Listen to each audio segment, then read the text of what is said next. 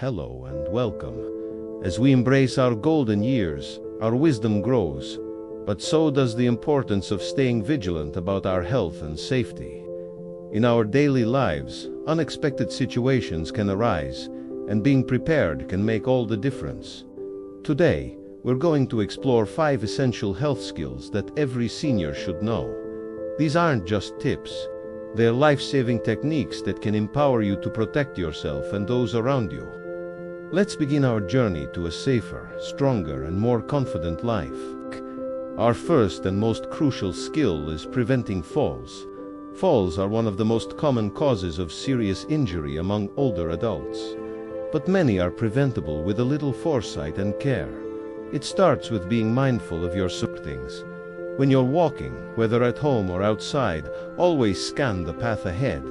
Look for potential hazards like uneven pavement, slippery surfaces, loose rugs, or cluttered walkways.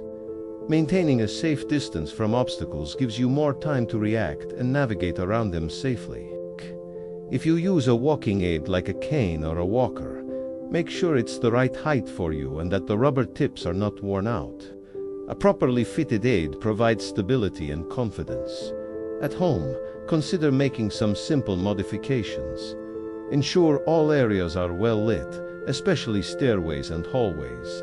Installing grab bars in the bathroom and using non-slip mats in the tub or shower can significantly reduce your risk. Regular exercise also plays a vital role. Activities that improve balance, flexibility, and strength, such as Tai Chi or gentle yoga, can help you stay steady on your feet. Remember, every step you take with awareness is a step away from a potential fall.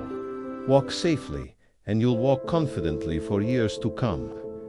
Next, let's talk about 2 silent but critical aspects of our health: blood pressure and hydration. They might not seem as immediate as a fall, but they are fundamental to our overall well-being and can prevent serious medical emergencies. High blood pressure, or hypertension, is often called the silent killer because it rarely has obvious symptoms. Yet, it can lead to severe health problems like heart disease and stroke. That's why regular monitoring is key.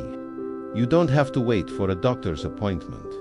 Home blood pressure monitors are widely available, affordable, and easy to use. Make it a habit to check your blood pressure regularly, perhaps once a week, or as often as your doctor recommends. Keep a log of your readings to share with your healthcare provider. This simple act gives you and your doctor valuable information to manage your health proactively. Equally important is staying hydrated.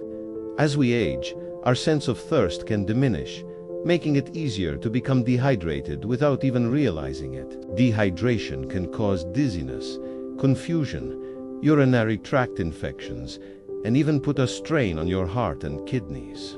So, how much water should you drink? While individual needs vary, a good goal is to sip water throughout the day. Don't wait until you feel thirsty. Keep a water bottle handy and take small, frequent sips. If you find plain water boring, try infusing it with lemon, cucumber, or mint for a refreshing twist. Remember, monitoring your blood pressure and staying hydrated are simple, powerful habits that support a healthy heart and a sharp mind. Now we move to a time-sensitive emergency, recognizing a stroke. When a stroke occurs, every second counts.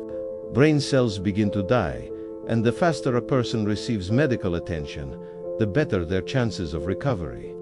The acronym FAST is an easy way to remember the signs of a stroke and what to do. Let's break it down.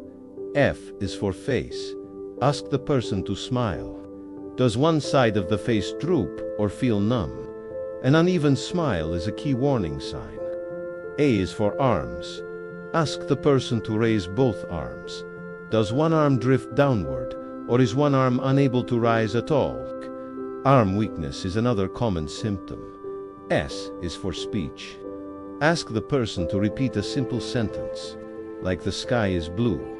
Is their speech slurred, strange, or are they unable to speak at all? Difficulty speaking or understanding speech is a major red flag. And finally, T is for time. If you observe any of these signs, even if they seem to go away, it's time to call emergency services immediately. Note the time when the first symptoms appeared, as this information is crucial for medical professionals. Practicing this simple check can help you act quickly and decisively in a crisis. Knowing the FAST signs means you could save a life, perhaps a friend's, a loved one's, or even your own. Don't hesitate. If you suspect a stroke, it's always better to be safe and call for help right away. Our fourth skill addresses a terrifying but common emergency: choking. It can happen to anyone, at any age, often during a meal with friends or family. When someone's airway is blocked, they can't breathe or speak, and immediate action is required. This is where knowing the Heimlich maneuver becomes a life-saving tool. First, determine if the person is truly choking.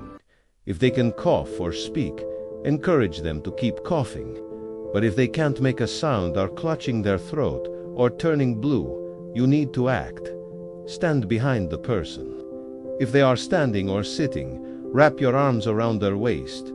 Tip the person forward slightly at the waist. This will help dislodge the object using gravity.